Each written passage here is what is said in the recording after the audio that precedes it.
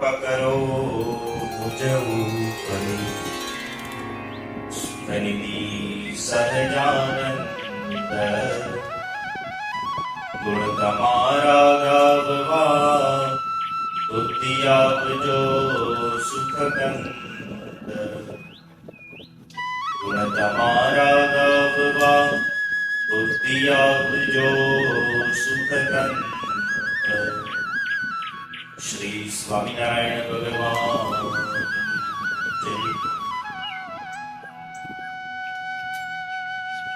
પરમ કૃપાળુ પરમાત્મા ભગવાન સ્વામિનારાયણ આ પૃથ્વી લોક ઉપર અવતર્યા અને અનેક દિવ્ય લીલાઓ દ્વારા પોતાના હરિભક્તોને ખૂબ જ આનંદિત કર્યા. કેટલાક તો એવા મનુષ્ય ચરિત્રો કર્યા કે જેના દ્વારા હરિભક્તો એમાંથી કેટલાકના મન ડગી જતા કે આ ભગવાન હશે કે શું, અને કેટલાક એવા ચમત્કારિક ચરિત્રો કર્યા કે જેના દ્વારા સાવ પાવન દેખાતા જીવોને પણ ભગવાનની પ્રતીતિ થતી. આવા અનેક દિવ્ય લીલા ચરિત્રો એ ભગવાન સ્વામિનારાયણે પોતાના જીવનકાળ દરમિયાન કર્યા. પરંતુ એ અનેક પ્રકારના દિવ્ય લીલા ચરિત્રો એ આપણા જેવા હરિભક્તોને લાંબા સમય સુધી અને સતત સાંભળવા મળે એના માટે સંતો પરમહંસોએ ખૂબ મહેનત કરી અને અનેક એવા ગ્રંથોની રચના કરી કે જેના દ્વારા પેઢીઓના પેઢીઓ સુધી અને વર્ષોના વર્ષો સુધી ભગવાનના એ દિવ્ય લીલા ચરિત્રોનું સંગ્રહ થઈ શકે અને એનું શ્રવણ ભવિષ્યની અંદર પણ થઈ શકે.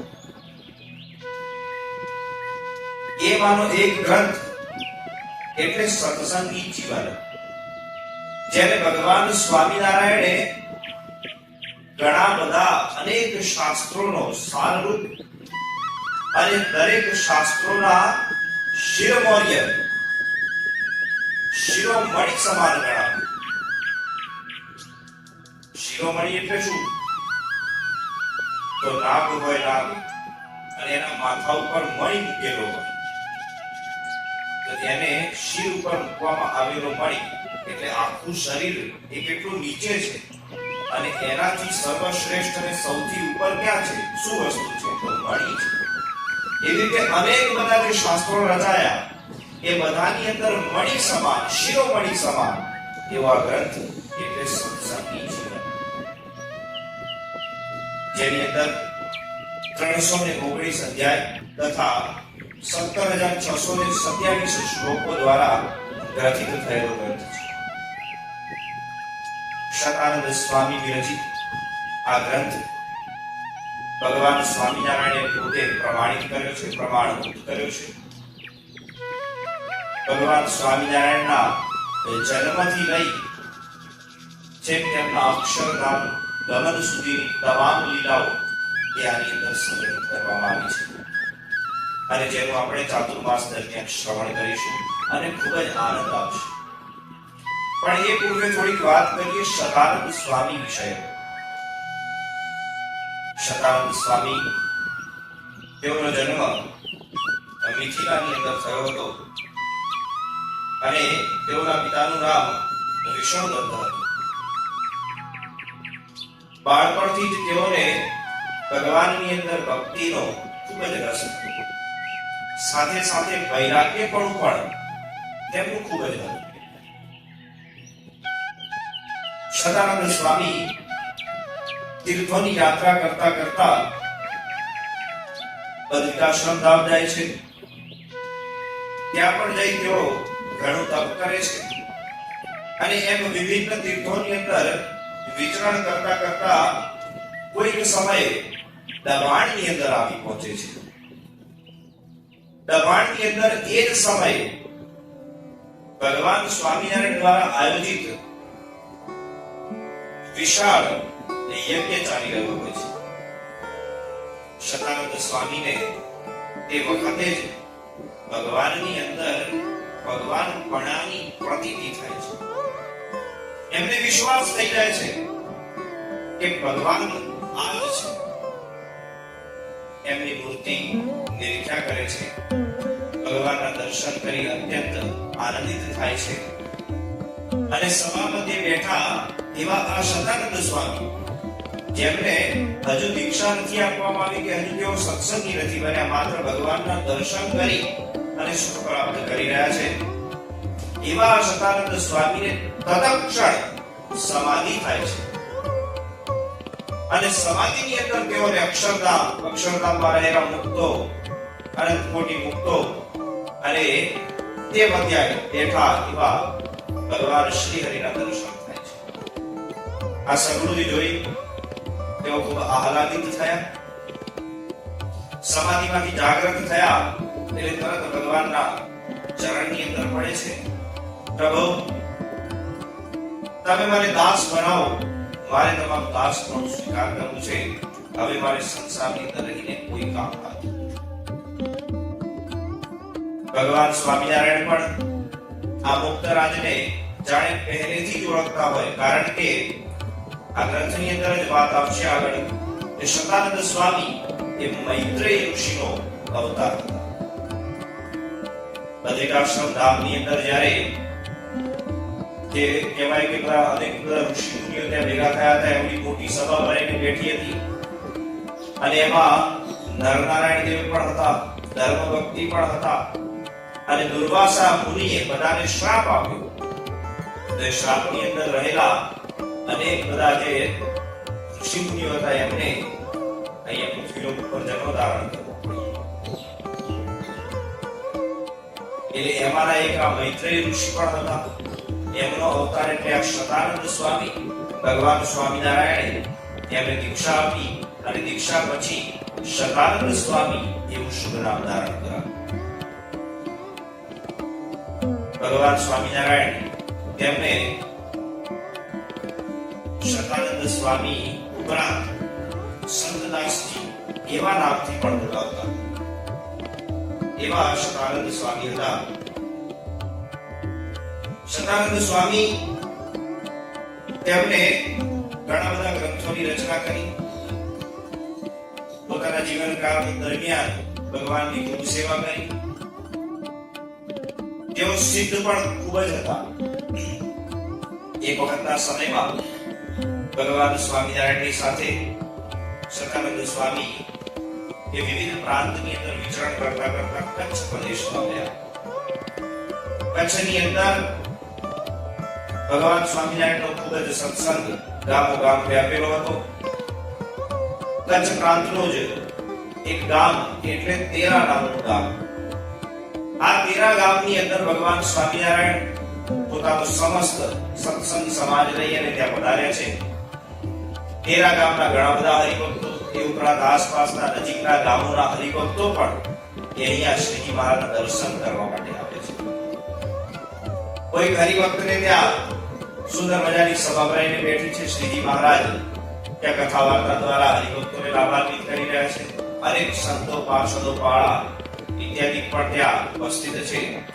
આવામાં શતાનંદ સ્વામી એ તે હરિભક્ત જેના ઘેર સભા ભરાઈને બેઠી હતી, એ હરિભક્તનો કહેવાય કે ગાયો ભેંસો રાખવાનું ને એ બધું જે સ્થળ હોય તબેલા જેવું, અને એમાં પાછું એક ત્યાં ઓરડો એવો હતો કે જ્યાં તેઓ બધું ચાળ પૂળો આ બધું કરી રાખતા ગાયો ભેંસોને ચરવા માટે. તો એવા ઓરડાની અંદર આ શતાનંદ સ્વામી એ ધ્યાનસ્થ અવસ્થાની અંદર ચાલ્યા જાય છે. ત્યારે ઓરડાની અંદર બેઠા બેઠા ભગવાન શ્રી હરિનું ધ્યાન કરતા હોય છે. અને શ્રી હરિનું ધ્યાન કરતા કરતા તેઓ સમાધિની સ્થિતિને પ્રાપ્ત કરી જાય છે. પરંતુ સમસ્ત સભા એ આખી પૂરી થઈ. શ્રીજી મહારાજ સાથે સંતો, પાળા, પાર્ષદ એ બધા પણ ત્યાંથી રવાના થયા. બધા હરિભક્તો પણ બધા છૂટા પડ્યા. પણ કોઈને ભાન ન રહ્યું કે પેલા ઓરડાની અંદર સતાનંદ સ્વામી કોઈ સાધુ ત્યાંથી ધ્યાન અવસ્થાની કરી બેઠા છે. કોઈએ તેમને જગાડ્યા પણ નહીં, કારણ કે કોઈને ખબર જ નથી. એટલે બને છે એવું કહ્યું કે ભગવાન સ્વામિનારાયણ પોતાનો સમસ્ત સત્સંગ સમાજ બધો રહી અને બીજા ગામોની અંદર વિચરણ કરવા માટે ચાલ્યા જાય છે. અહીંયા સતાનંદ સ્વામી ધ્યાનસ્થ અવસ્થાની અંદર છે, અક્ષરધામનું સુખ પ્રાપ્ત કરી રહ્યા છે, સમાધિ અવસ્થામાં છે. ભગવાન શ્રી હરિ બીજા ગામોમાં વિચરણ કરતા કરતા પરત સોરઠ પ્રાંતમાં ચાલ્યા જાય છે, ગઢડા ઇત્યાદિ ક્ષેત્રોની અંદર ચાલ્યા જાય છે. હવે કારણ કે જે ઓરડો જેની અંદર સતાનંદ મુનિ બેઠા હતા એ ચાર અને કૂડો ભરવા માટેનું હતું. એટલે હરિભક્તો જેનું મકાન હતું, જેનું માલિકીનું હતું, એ હરિભક્તે ચાર અને કૂડો ભરવાનું શરૂ કર્યું અને મોટા પ્રમાણની અંદર ચાર કૂડો આવવા માંડ્યો અને અંધારું પણ ઘણું હતું એ રૂમમાં. એટલે સીધો બહારથી અંદર નાખવાનું શરૂ કર્યું. ચાર કૂડો નાખ્યો એટલે જે સ્થાનની અંદર આ સદાનંદ મુનિ બેસી અને ધ્યાન અવસ્થામાં લીન થયા હતા તો એ સ્થાન ધીરે ધીરે ભરાવા લાગ્યું અને સદાનંદ મુનિનું શરીર ઢંકાઈ જાય એટલો બધો ચાર કૂડો એકત્રિત થયો. અને ધીરે ધીરે કરતા કરતા કરતા આખું એ જે આખું ઓરડો હતો જેની અંદર ચાર કૂડો ભરવાનો, આખો એ ઓરડો ચાર કૂડાથી ભરાઈ ગયો.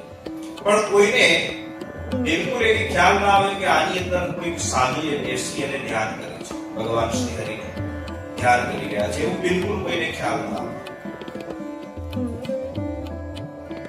એટલે હવે સતાનંદ મુનિને પણ ખબર ના પડી કે મારા ઉપર આજે ચાર કૂડો નાખવામાં આવે છે, મારી આસપાસ આજે ચાર કૂડો થઈ ગયો છે, કારણ કે એ તો સમાધિ અવસ્થામાં. આમ કરતા કરતા ઘણો સમય વીતી ગયો.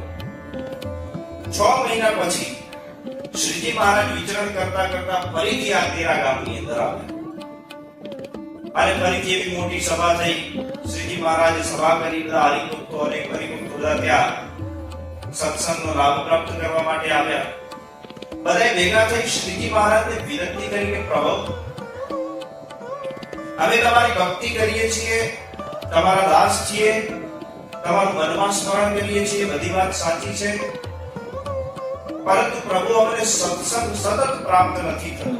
કારણ કે એ વખતના સમયની અંદર સંતો જ એ સત્સંગનો પ્રચાર પ્રસાર કરવાનું મુખ્ય માધ્યમ હતા. એ વખતે આપણે ગામોગામ મંદિરો ન હતા, એ ગામોગામ એટલા બધા હરિભક્તો ન હતા કે જેથી કરી સત્સંગનો પ્રચાર પ્રસાર કોઈ કરી શકે.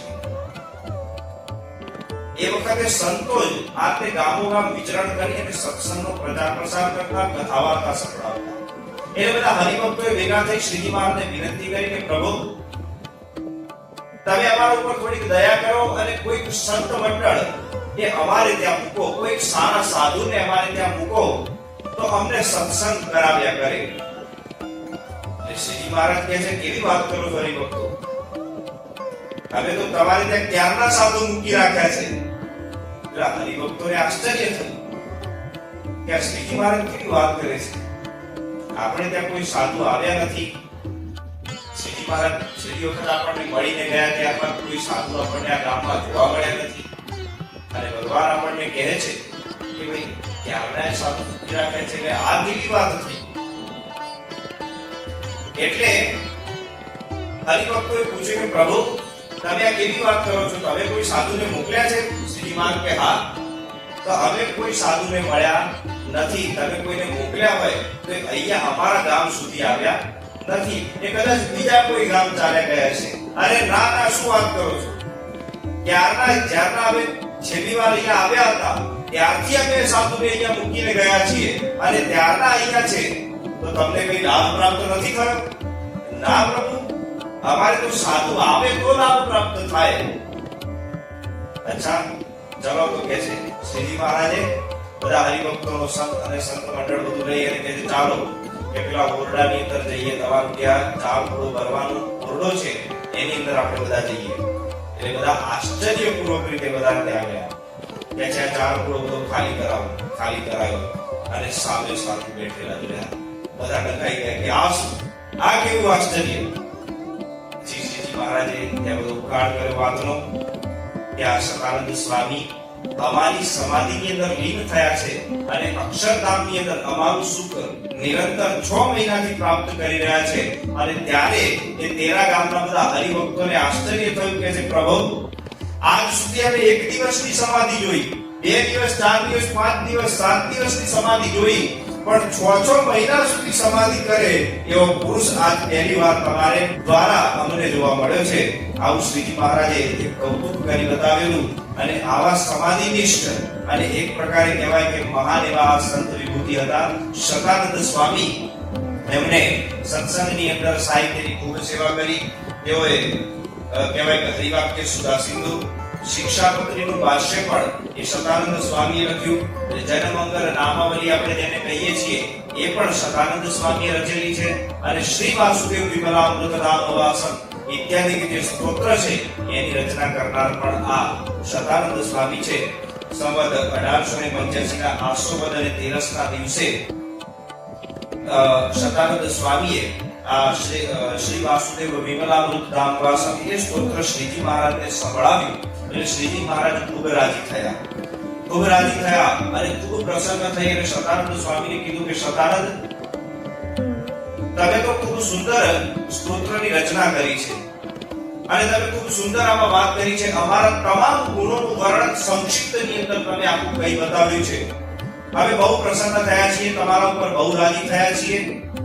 માટે સદાનંદ માગો, તમારે જે આજે માંગવું હોય તે માગો. એ વખતે સદાનંદ સ્વામીએ શ્રીજી મહારાજ પાસે માંગ્યું કે પ્રભુ, અત્યાર સુધી ઘણા બધા સાહિત્યોની રચના કરી છે, પરંતુ તમારા ચરિત્રોથી ભરપૂર, જેની અંદર વારંવાર તમારા લીલા ચરિત્રોનું ગાન કરવામાં આવે એવો ગ્રંથ રચવાની તમે મને આજ્ઞા કરો. આવી આજ્ઞા જ્યારે સદાનંદ સ્વામીએ માગી એટલે શ્રીજી મહારાજે સદાનંદ સ્વામીને તે વખતે આજ્ઞા કરી કે જાઓ તમે આવા પ્રકારના ગ્રંથની રચના શરૂ કરો. અને સદાનંદ સ્વામીએ શ્રી સત્સંગી જીવન નામના ગ્રંથની રચના તે દિવસ માત્રથી કરવાની શરૂ કરી. અને આપણા જેવા સત્સંગી હરિભક્તોને શ્રી સત્સંગી જીવન નામના ગ્રંથની ભેટ મળી. તો આ રીતે સદાનંદ સ્વામી જે આ ગ્રંથના લેખક છે, રચયિતા છે, એમની આપણે સંક્ષિપ્તમાં ટૂંકમાં વાત કરી. શ્રીમદ સત્સંગી જીવન એ ગ્રંથ કેવો છે અને કેવી રીતે એની રચના થઈ એની પણ આપણે સૌએ વાત કરી.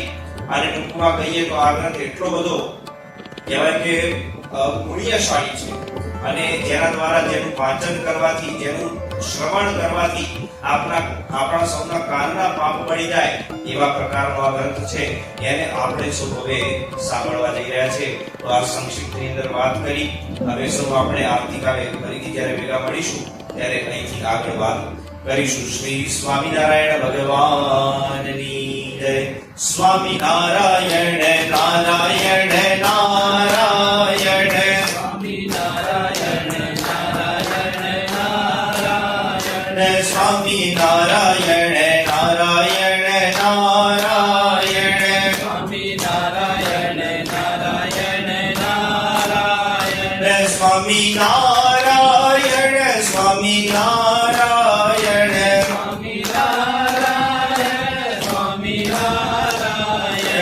સ્વામિનારાયણ નારાયણ નારાયણ, સ્વામિનારાયણ નારાયણ નારાયણ. સહજાનંદ સ્વામી મહારાજ